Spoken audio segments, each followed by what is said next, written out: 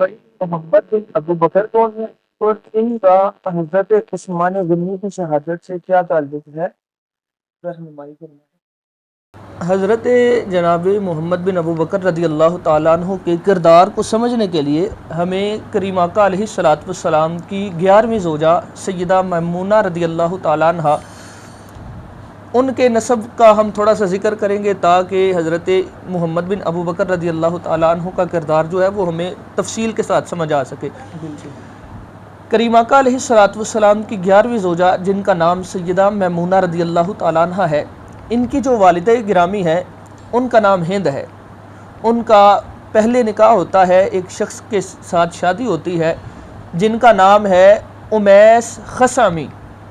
ان سے شادی ہوتی ہے تو ان سے آپ کی 2 بیٹیاں پیدا ہوتی ہیں۔ ان میں سے ایک کا نام اسماء بنت امیس ہے اور دوسری کا نام زینب بنت امیس ہے۔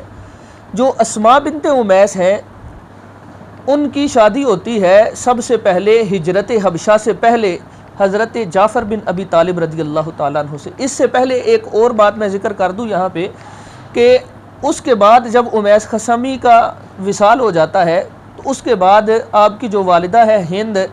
ان کا نکاح حارث کے ساتھ ہوتا ہے جن کا شجرہ نسب آگے چل کر کریم آقا علیہ الصلوۃ والسلام کے ساتھ مل جاتا ہے۔ تو ان سے پھر 2 بیٹیاں پیدا ہوتی ہیں، ایک کا نام ہے سیدہ میمونہ رضی اللہ تعالیٰ عنہ جو کہ کریم آقا علیہ الصلوۃ والسلام کی زوجہ ہے اور تمام مومنین کی ماں ہے، اور دوسری ان کی ایک بیٹی ہے جن کا نام ام الفضل ہے۔ ان کا نکاح ہوتا ہے حضرت عباس رضی اللہ تعالیٰ عنہ کے ساتھ جو کہ کریم آقا علیہ الصلوۃ والسلام کے چچا بھی ہیں۔ تو گویا یہ کہا جاتا تھا کہ حضرت ہند جو ہے وہ 2 ایسے داماد رکھتی ہیں کہ کسی اور عورت کے پاس یہ جو ہے وہ فضیلت نہیں ہے۔ وہ کیا ہے کہ ایک آپ کے داماد کریم آقا علیہ الصلوۃ والسلام ہے اور دوسرے آپ کے داماد حضرت عباس رضی اللہ تعالیٰ عنہ ہے۔ اب ہم بات کو اگر آگے چلائیں تو حضرت اسماء بنت امیس رضی اللہ تعالیٰ عنہ کا نکاح ہوتا ہے ہجرت حبشہ سے پہلے حضرت جعفر بن ابی طالب رضی اللہ تعالیٰ عنہ کے ساتھ۔ ان سے ایک بیٹا پیدا ہوتا ہے حضرت عبداللہ بن جعفر رضی اللہ تعالیٰ عنہ۔ یہ بڑے جلیل القدر صحابی رسول بھی ہے، تاریخ کے اندر ان کا بڑے سنہری الفاظ کے اندر ذکر موجود ہے۔ پھر جب حضرت جعفر رضی اللہ تعالیٰ عنہ جو جنگ موتا ہے جب اس کے اندر شہادت پا جاتے ہیں تو تقریباً 8 یا 9 ہجری کے اندر آپ کا نکاح حضرت اسماء بنت امیس رضی اللہ تعالیٰ عنہ کا نکاح جو ہے وہ حضرت سیدنا ابو بکر صدیق رضی اللہ تعالیٰ عنہ کے ساتھ ہوتا ہے۔ پھر تقریباً حجۃ الوداع کے موقع کے اوپر مقام ذوالحلیفہ کے اوپر حضرت ابو بکر صدیق رضی اللہ تعالیٰ عنہ کا بیٹا سیدہ اسماء بنت امیس رضی اللہ تعالیٰ عنہ کے بطن سے پیدا ہوتا ہے جس کا نام ہے حضرت محمد بن ابو بکر۔ پھر جب حضرت ابو بکر صدیق رضی اللہ تعالیٰ عنہ کا وصال ہوتا ہے اس کے بعد جو ہے آپ کا نکاح ہوتا ہے حضرت علی المرتضیٰ شیر خدا رضی اللہ تعالیٰ عنہ کے ساتھ۔ پہلے آپ کے شوہر ہے حضرت جعفر، دوسرے آپ کے شوہر ہے حضرت ابو بکر صدیق، اور تیسرے نمبر پر جو آپ کے شوہر ہیں وہ ہے حضرت علی المرتضیٰ شیر خدا رضی اللہ تعالیٰ عنہ۔ حضرت ابو بکر صدیق رضی اللہ تعالیٰ عنہ کا وصال ہوتا ہے تو اس وقت محمد بن ابو بکر رضی اللہ تعالیٰ عنہ کی جو عمر ہے وہ تقریباً 2.5 سے 3 سال بنتی ہے، یا اس سے کچھ زیادہ لگا لیں یا اس سے کچھ کم لگا لیں، تقریباً 3 سال کے راؤنڈ بونڈ جو ہے وہ آپ کی عمر بنتی ہے۔ اب جب حضرت سیدنا ابو بکر صدیق رضی اللہ تعالیٰ عنہ کا وصال ہو جاتا ہے تو حضرت اسماء بنت امیس اپنے بیٹے محمد بن ابو بکر کو لے کر حضرت علی المرتضیٰ شیر خدا رضی اللہ تعالیٰ عنہ کے گھر دلہن بن کے پہنچ جاتی ہیں۔ تو گویا محمد بن ابو بکر جو ہیں وہ ستیلے بیٹے ہیں حضرت علی المرتضیٰ شیر خدا کے، اور حضرت علی المرتضیٰ شیر خدا ستیلے باپ ہیں حضرت محمد بن ابو بکر کے، چونکہ حضرت اسماء بنت امیس جو ہیں حضرت علی المرتضیٰ کی زوجہ بن جاتی ہیں۔ پھر حضرت علی سے سلام حضرت اسماء بنت امیس کو ایک بیٹا عطا فرماتا ہے جن کا نام ہے عون بن علی۔ اب 3 سال کی عمر کے اندر حضرت محمد بن ابو بکر جو ہے حضرت علی المرتضیٰ شیر خدا رضی اللہ تعالیٰ عنہ کی کفالت کے اندر پہنچتے ہیں تو تقریباً جوانی تک حضرت محمد بن ابو بکر رضی اللہ تعالیٰ عنہ جو ہے حضرت علی المرتضیٰ شیر خدا رضی اللہ تعالیٰ عنہ کی پرورش کے اندر رہتے ہیں۔ اب اگر دیکھا جائے حضرت عثمان غنی رضی اللہ تعالی عنہ کی شہادت کے اندر آپ کا کیا کردار ہے؟ جب بلوائیوں نے ایک منظم طریقے کے ساتھ جو ہے وہ تحریک چلائی حضرت عثمان غنی رضی اللہ تعالیٰ عنہ کے ساتھ، اب اگر کوئی بندہ یہ سوال کرے کہ یہ صحابی رسول کے بیٹے ہیں، اہل بیت کے گھرانے کے اندر آپ نے جو ہے وہ پرورش پائی ہے، تو آپ کس طرح ان کے اندر ملوث ہو سکتے ہیں؟